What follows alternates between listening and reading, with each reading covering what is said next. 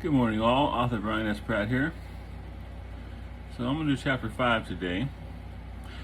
Chapter 4 yesterday. I haven't uploaded it yet. I haven't been able to. It's been it uploaded for 24 hours and was only at 84% when I woke up this morning. It was at 81% when I went to bed last night.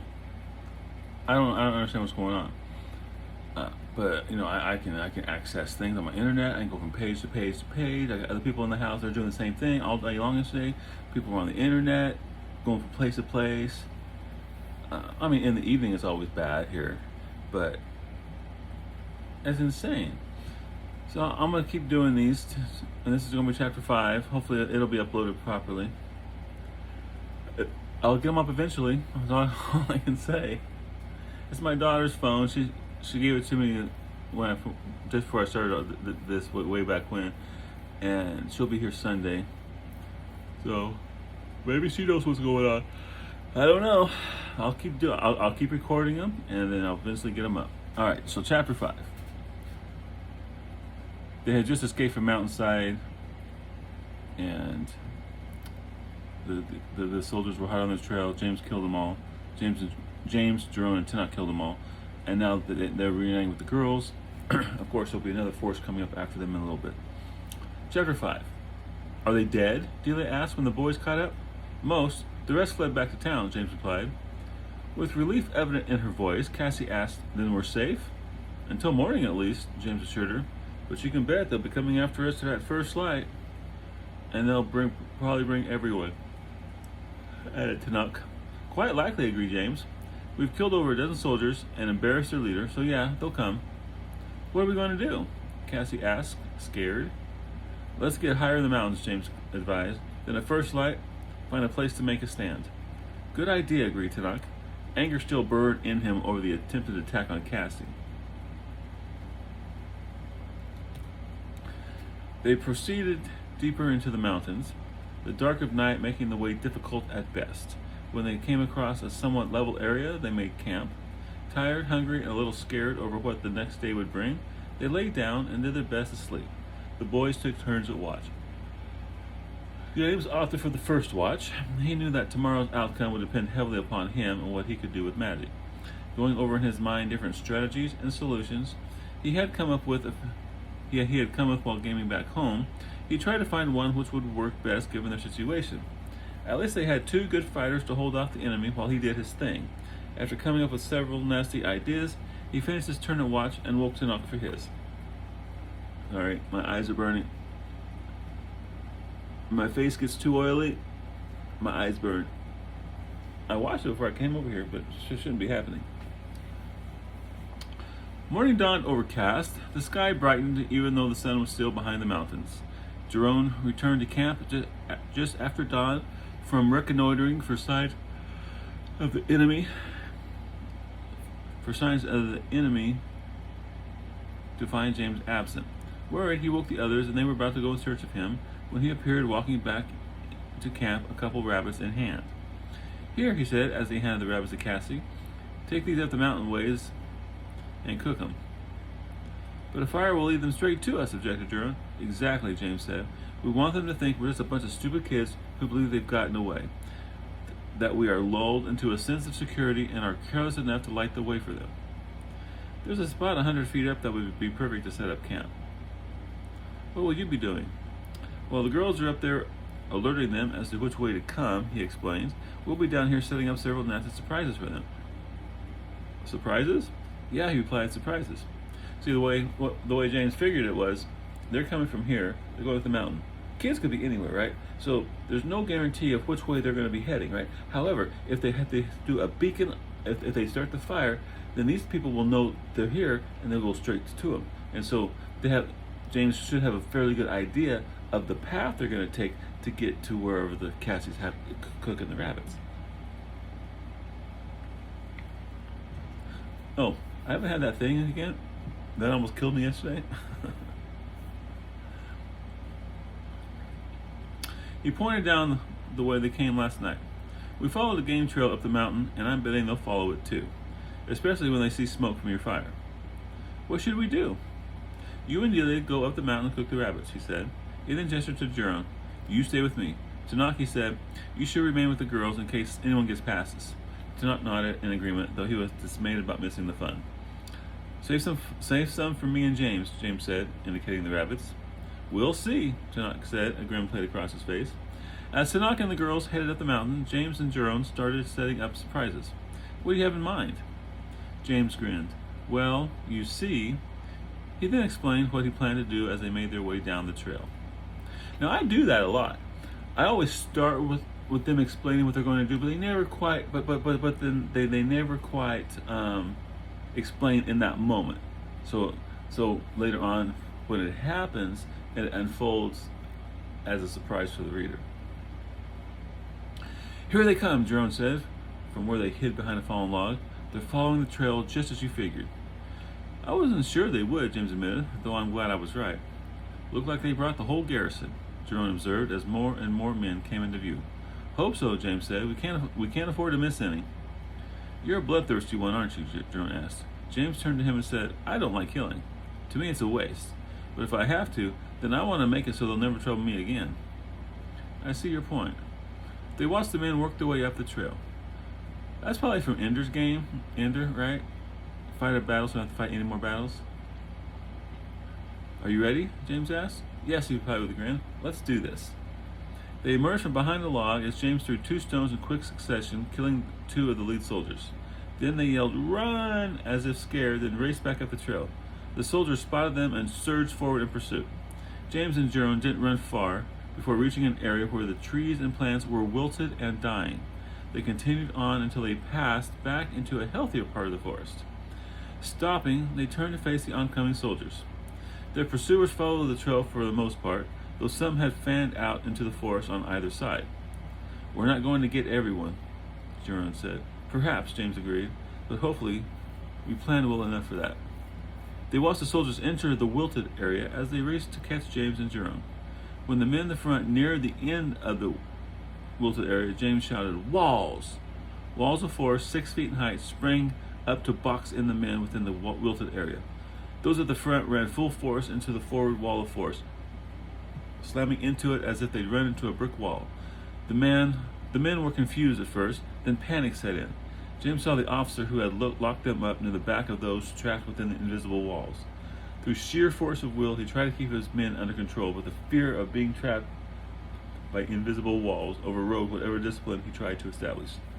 James watched the men trapped inside, hitting on the invisible walls with hands and weapons in an attempt to break free.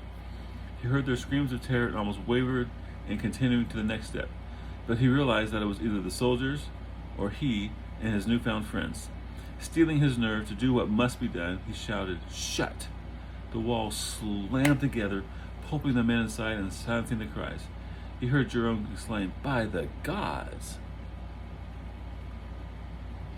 Now I need to change that. By the gods need to come first.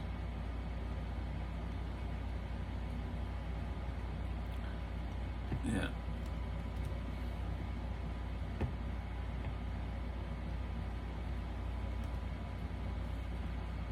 Okay, 1 second. Okay.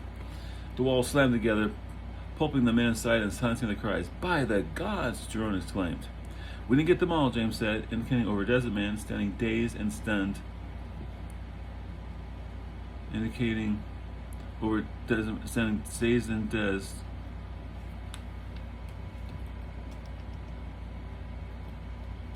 Trying to process the fate of their comrades. James took another stone and headed back down the trail toward the soldiers with Jerome beside him. When the remaining soldiers saw them coming, the men lost heart and turned to flee back down the mountain. Letting fly his stone, James took out another. Again and again, he let fly with stones, felling soldier after soldier. When the remaining men reached a certain tree with a cloth tied to it, he shouted, "Fire!" Flames erupted from the ground in a circle over 100 feet across. The fleeing men screamed as it burned and consumed them. The adjacent trees burst into flame as the dry leaves and needles caught. The wind coming up from the mountain fanned the flames and sent sparks flying to spread the growing inferno. "Crap!" James exclaimed as he saw the fires growing out of control. "What?" Jerome asked. "The fire," he said, pointing to the blaze. "The wind is going to push it this way. We've got to get out of here." Can't you do anything? James shook his head. It's too big. As they turned to race up the mountains, James asked, Did we get everyone? I think so, James said. No way to be sure. At least the fire will hide the evidence of what we did here. Smoke thickened as more and more of the forest became ablaze. Let's get the others and find a way around this, James yelled over the fire's roar and crackle. They hurried up the mountain, and before they reached the camp, saw Tanuk and the girls coming down to meet them. What's happening? Tanuk said as he gestured to the ever-thickening smoke. James set the forest afire. What? Tanuk exclaimed. Why'd you do that? Didn't mean to, James said. It just sort of happened. Anyway, we have to get out of here before we're cooked alive. Well, again, James is new to this magic thing. And he didn't grow up in the forest, so he really doesn't have much reflexes and habits concerning forest. He went camping a few times, but I think he was more focused on taking out the soldiers than thinking about the consequences of his actions. But he'll think about things later. James headed them southwest since the wind blew from the east. Running as fast as the forest would allow, they ran laterally along the mountainside, trying desperately to gain the far side of the fire before it could cut them off.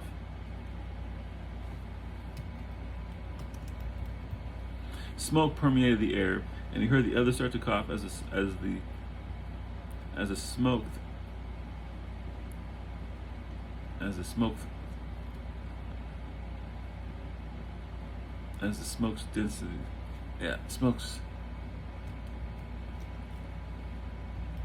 density thickened. In her haste, Cassie snagged an exposed root and stumbled, falling to the ground. Her scream brought the others to a halt as she rolled down the mountainside toward the approaching fire. She came to a stop amidst a tangle of undergrowth and fallen branches. Help me, she cried when she realized she was stuck within the tangled mess. Tanuk bolted down to her and quickly reached her side. I'm here, he assured her as he pulled back the brush which had her trapped. The fire burned closer, and a tree no more than 10 feet away suddenly burst into flame. Hurry, she urged as she watched fire consume the tree. At last, he managed to free her and helped her to her feet. He had her lean on him as they made their way back up to where the others waited. Behind them, more trees burst into flame as the wind continued to fan the fire. Looking at the treetops, James noticed how the fire hopped from one to the next, reminiscent of a documentary of the Yellowstone fire he had seen years earlier. As Tanuk and Cassie joined them, they once more pressed forward as fast as possible, away from the quickly approaching inferno. A slight aside, the Yellowstone fire, that happened back in the 80s, 90s? Anyway, me, my brother, and his wife, his first wife, spent Yellowstone there, and as we left, we saw smoke out in the distance, and that was the starting of this fire. They had a documentary on it. It was really neat documentary. Suddenly, they emerged from the confines of the forest and stumbled upon a small road running due east. Ruts lined it, showing that wagons had moved through here. Turning onto it, they were able to make better time. The fire gained quickly. They felt its heat drawing ever closer. James looked up again and saw that the treetops above them were already beginning to catch. There's no way we're going to outrun this. That needs to be its own sentence. Continuing on as best they could, with smoke thickening rapidly, their lungs burned from having taken in too much. Cassie fell to her knees, coughing, overcome by the smoke, and unable to continue. In desperation, Tanuk picked her up and carried her onward. James looked in dread as the trees along the road ahead began to catch fire. The wind pushed the blaze ever forward. We're not going to make it, Dilly shouted over the roar of the fire. The forest before them suddenly opened onto a wide canyon, 500 feet across. A rope suspension bridge, barely wide enough to accommodate a wagon, spanned it. Thank goodness, James thought to himself when it came into view. Just then, a flaming branch fell from above and landed upon the bridge, not 20 feet from the edge. James stared in disbelief as the fire, which consumed the branch, began licking the ropes holding the bridge in place. Move, he yelled, allowing Jerome and Dilly to cross first, and then Tanuk and Cassie right behind. Once everyone was crossing to the other side, he stepped upon the bridge. Dilly came to the burning branch, but it burned too hot, and she had to press herself against the opposite guide rope to pass by. The wooden planks were beginning to catch as well as the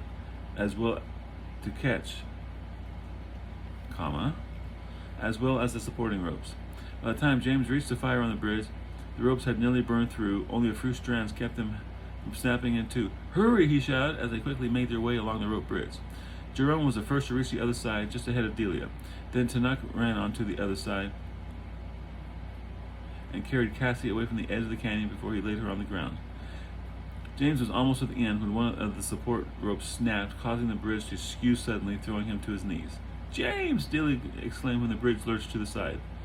James slid and almost plummeted to his death, but managed to slip his fingers within the gap between two boards and caught himself. Jerome came to the edge and reached out to help him the last of the way. Seeing the hand before him, James stretched his arm out, trying to grab hold of it.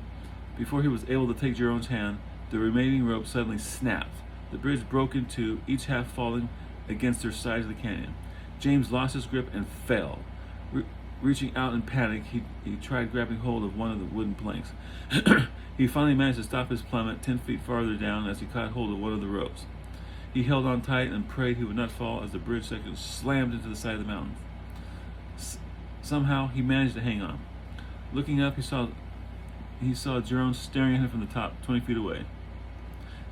Staring has two eyes. Staring. How'd that stay there? I don't know. But there it is.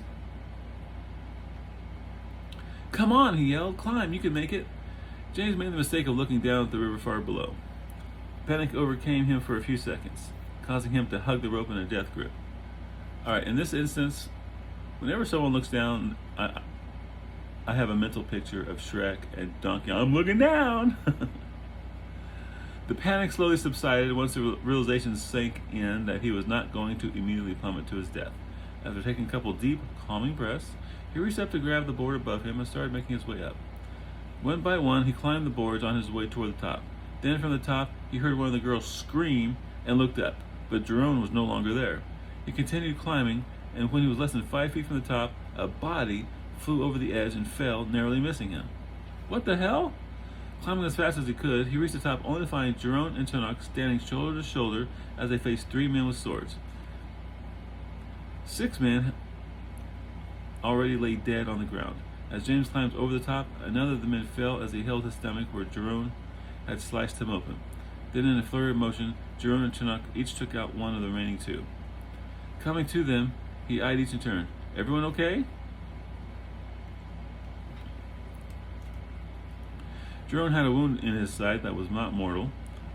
Other than that, just minor scrapes and cuts. Delia came and helped him bind it.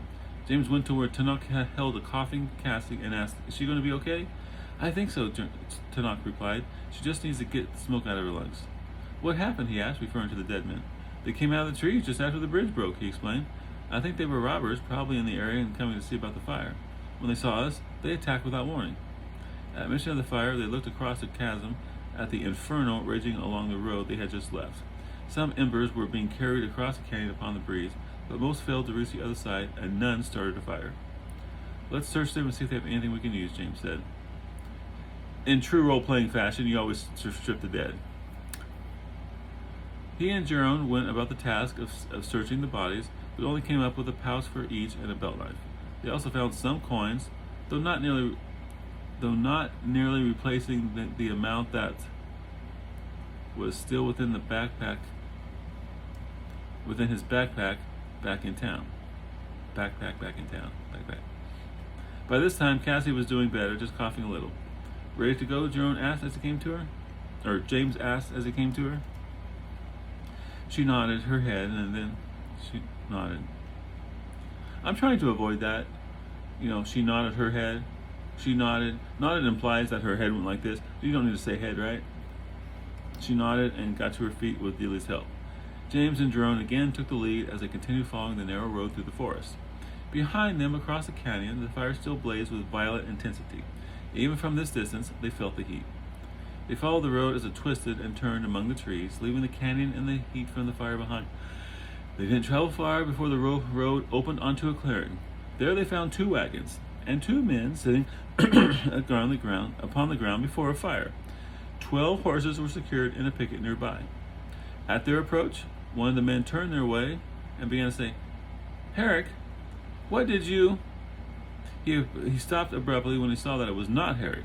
Grabbing a crossbow on the ground next to him, he hollered to his friend, who took one up as well. Without even a word of warning, he let loose a bolt, taking James through the right shoulder, knocking him backward to the ground.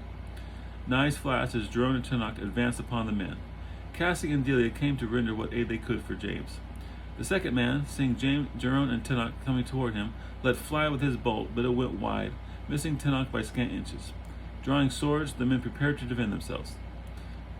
Tanakh closed with the first man, while Jerome went after the second.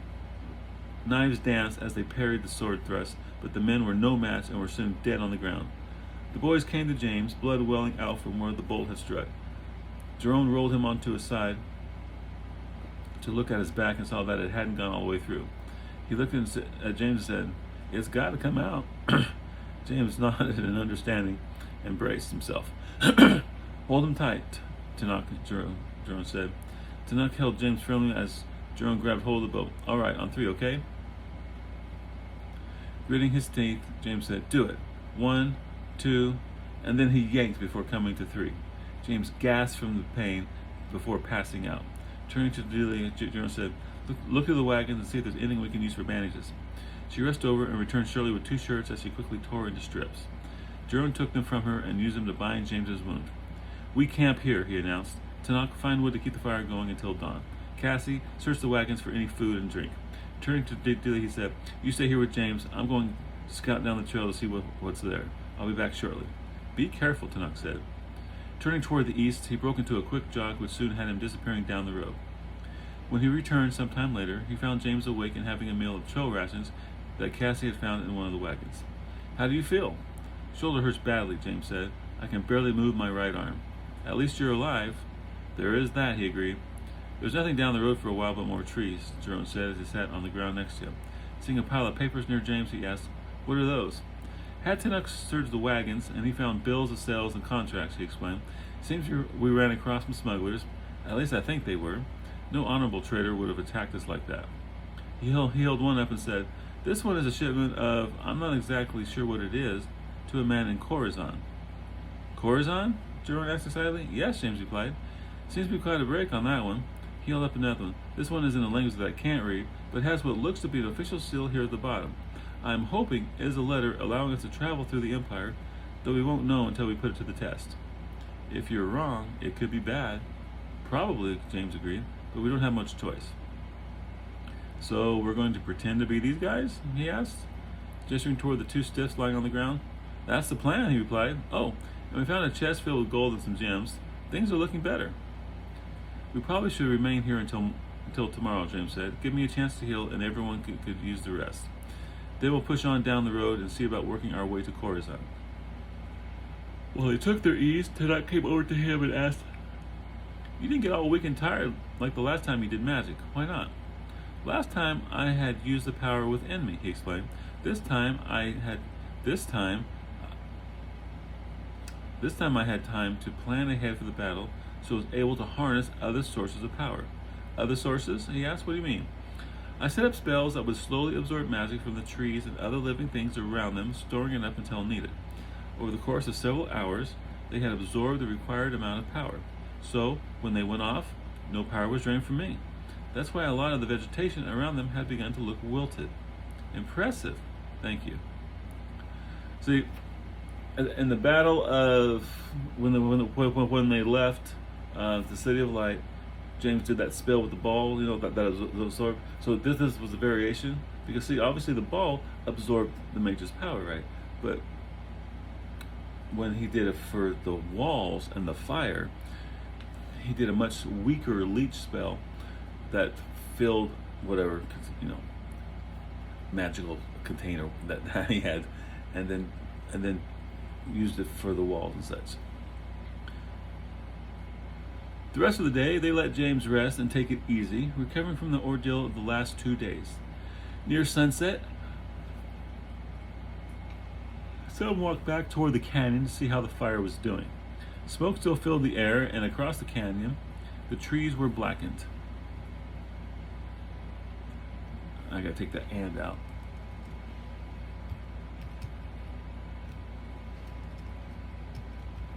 Smoke still filled the air. Across the canyon, the trees were blackened.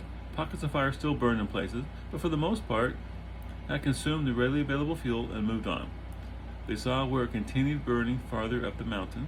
The flames arced up to the sky from the tops of the trees where it still burned furiously. They made it back to camp just as the sun dipped below the horizon and the light began to fade.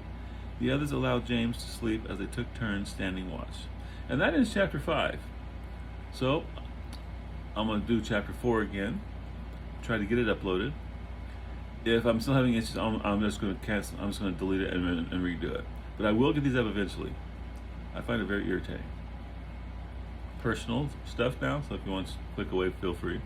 Oh, before you do, don't forget to like, share it, let other people know about it, and comment. Those 3 things will help the algorithms hopefully tell people that it's worthwhile.